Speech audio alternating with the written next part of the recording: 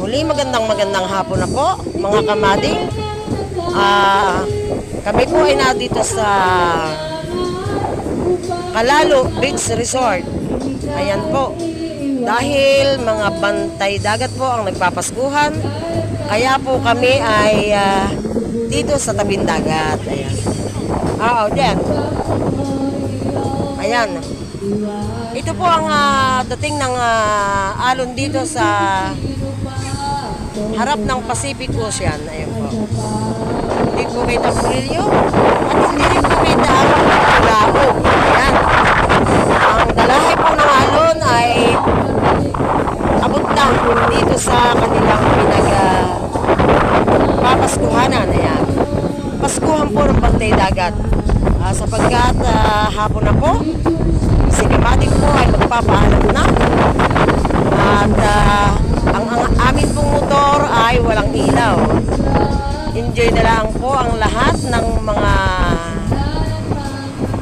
nagsisipanganta. Ayan. No copyright po dahil ito po ay paskuhan. Ngayon po yata ay nagtataim. High tide.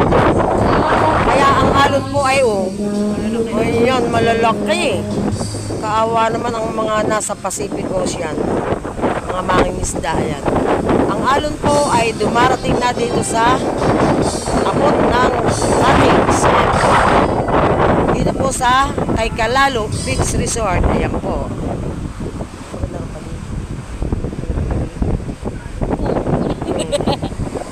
Ayan po. Muli magandang hapon po mga ka-vlogger sa Reyna Pogi Vloggers Club. Magandang hapon po, narito po si Kamading at ang aking pong irog ay kasama sa Krismasan ng Bantay Dagat. Ayan, dumating po ang isang opisyalis ng Department of Agriculture, pero kami po ay magpapaalam na dahil gabi na po. Ayan, ayan na po ang alon, malapit na sa akin. Ayan, malapit na. Yan, ganito po kalaki ang alon. Yan. Bye-bye po. Ingat po tayo palagi. I love you all.